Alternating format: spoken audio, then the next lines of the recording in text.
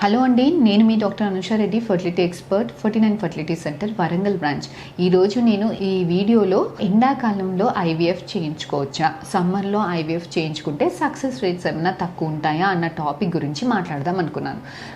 Actually ఈ topic నేను ఇంకా మార్చ్, ఏప్రిల్, మేలో మాట్లాడదామా, అట్లీస్ట్ ఏప్రిల్లో ఈ వీడియో చేద్దామా అని అనుకున్నాను. బట్ స్టిల్ నాకు ఈరోజు 2-3 మెంబర్స్ పేషెంట్స్ అడుగుతున్నారు, మేడం ఎండాకాలం స్టార్ట్ అవుతుంది కదా, మరి ఐవీఎఫ్ చేయించుకోవాలా, ఇప్పుడు చేయించుకుంటే మేలో, మార్చ్లో బేబీని పెడతారా, ఏప్రిల్లో బేబీని పెడతారా, మేలో బేబీని పెడితే మరి సక్సెస్ అవుతుందా అని 2-3 పేషెంట్స్ అడుగుతున్నారు. సో ఎర్లీగా ఈ వీడియో నేను ఈరోజు చేయాల్సి వస్తుంది.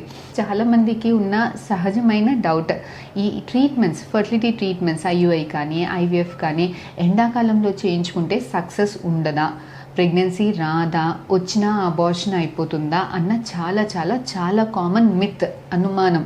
యూజువల్గా చాలామంది ఎండాకాలంలో సక్సెస్ ఎందుకు తక్కువ ఉంటుంది, నిజంగా తక్కువ ఉంటుందా అంటే చాలా స్టడీస్ మనకి, అంటే మన సెంటర్ అనే కాదు, మన ఇండియా అనే కాదు, ఫారెన్లో ప్రపంచం మొత్తము స్టడీస్ చేసినప్పుడు మనకి ఏం తెలియంది అంటే ఎండాకాలంలో మనము ట్రీట్మెంట్స్ చేసినప్పుడు కానీ, ఐవీఎఫ్ చేసినప్పుడు కానీ, ఎంబ్రియో ట్రాన్స్ఫర్ చేసినప్పుడు కానీ, మిగతా అన్ని సీజన్స్లో కన్నా ఎండాకాలంలో సక్సెస్ రేట్స్ అనేవి ఎక్కువగా గమనించాము. సో ఎక్కువగా, తప్పు మీరేమీ రాంగ్ వినలేదు, ఎక్కువగా ఎండాకాలంలో సక్సెస్ రేట్స్ అనేవి మిగతా సీజన్స్ అన్నిటితోటి కంపేర్ చేస్తే ఎక్కువగా ఉంటుంది. ఎక్కువగా ఉండడం ఏంటి మరి, ఎందుకు ఈ మిత్ ఉంది ఎండాకాలంలో అంటే, మనకి యూజువల్గా చాలామందికి మన ఊర్లలో కానీ అందరికీ, మన పేరెంట్స్కి కానీ అందరికీ కానీ ఏముంటుంది, వేడి వస్తువులు, చల్లవ వస్తువులు, వేడి వస్తువులు తీసుకున్నప్పుడు మనకి ప్రెగ్నెన్సీ రాదేమో, వచ్చిన అబార్షన్ అయిపోతుందేమో అన్న కామన్. కొన్ని ఫుడ్స్ తింటే వేడి చేస్తుంది, కొన్ని ఫుడ్స్ తింటే చలవ చేస్తుంది. సో వేడి పదార్థాలు తీసుకున్నప్పుడు ప్రెగ్నెన్సీ రాదు, ప్రెగ్నెన్సీ వచ్చినప్పుడు ఇలాంటి వస్తువులు తీసుకుంటే అబార్షన్ అయిపోతుంది అనే కామన్ మూఢనమ్మకం ఒకటి ఉంది. సో కాకపోతే ఇలాంటివంటూ ఏమీ ఉండదండి. ఎంబ్రియోస్కి దీనికి ఎటువంటి సంబంధము కూడా ఉండదు. సో ఎండాకాలంలో మరి సక్సెస్ రేట్స్ ఎందుకు ఎక్కువగా ఉంటాయి అని అంటే, ఎండాకాలంలో మనకి వైటమిన్ డి, సన్ రేస్ వల్ల మన బాడీలో వైటమిన్ డి ప్రొడక్షన్ జరుగుతుంది. సో వైటమిన్ డి చాలా చాలా important egg quality, sperm quality పెరగడానికి. సన్ రేస్ ఎక్కువగా ఉన్నప్పుడు వైటమిన్ డి ఎక్కువగా ఉంటుంది కాబట్టి ఆడవాళ్ళల్లో ఎగ్ అనేది ప్రాపర్గా తయారీ అవ్వడానికి, ప్రాపర్గా రిలీజ్ అవ్వడానికి, ఎగ్ క్వాలిటీ పెరగడానికి, ఇలాంటి ఎగ్స్ తోటి చేసినప్పుడు బేబీస్ మంచిగా తయారీ అయ్యడానికి స్కోప్ అనేది ఎక్కువగా ఉంటుంది. ఇలా ఆడవాళ్ళకి కాదు, మగవాళ్ళల్లో కూడా వైటమిన్ డి వల్ల స్పర్మ్ క్వాలిటీ పెరిగేదానికి స్కోప్ ఎక్కువగా ఉంటుంది.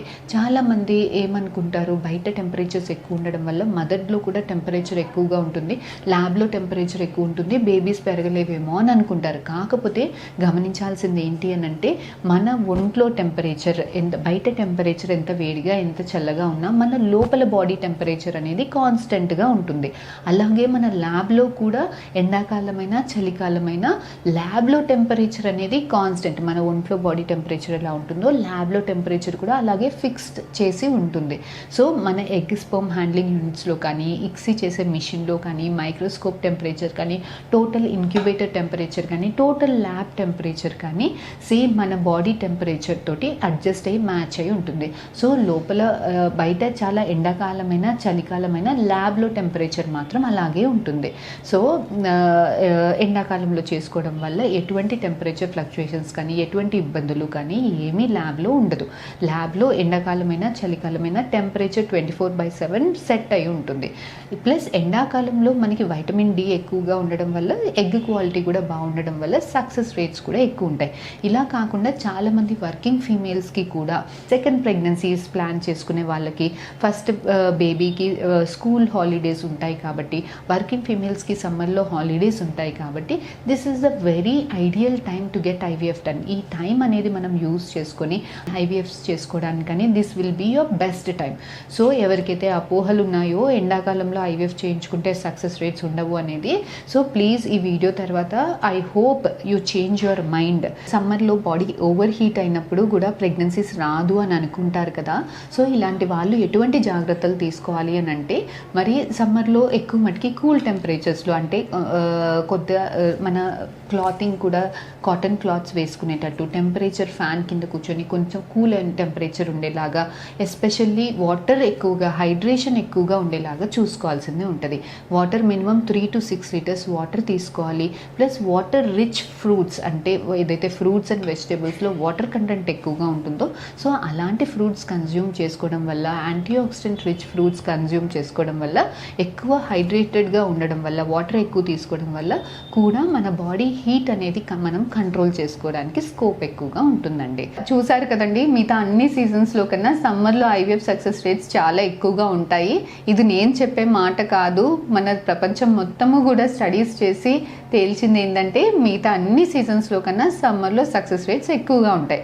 సో మీ మూఢనమ్మకం ఏదైతే ఉందో అది కొంత దూరం చేయండి. సమ్మర్లో ఐవీఎఫ్ చేయించుకోవడానికి ఎటువంటి అపోహ పెట్టుకోకండి. ఫర్దర్గా మీకు ఇంకా ఏమైనా డౌట్స్ ఉన్నట్టే please do come and contact us. Thank you.